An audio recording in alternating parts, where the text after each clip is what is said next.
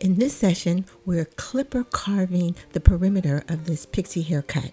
You can watch the full haircut video on our platform at beautywellnesshaircare.com. It's so important that we get the perimeter right.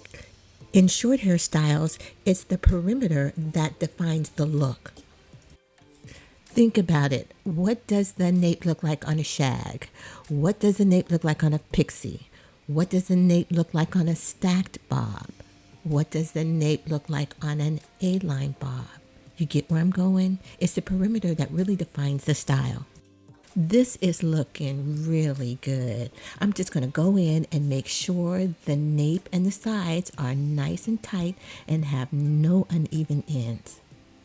If you're in the Northern California area and you need your hair done, we can help. You can book your private appointment online or you can just give us a call.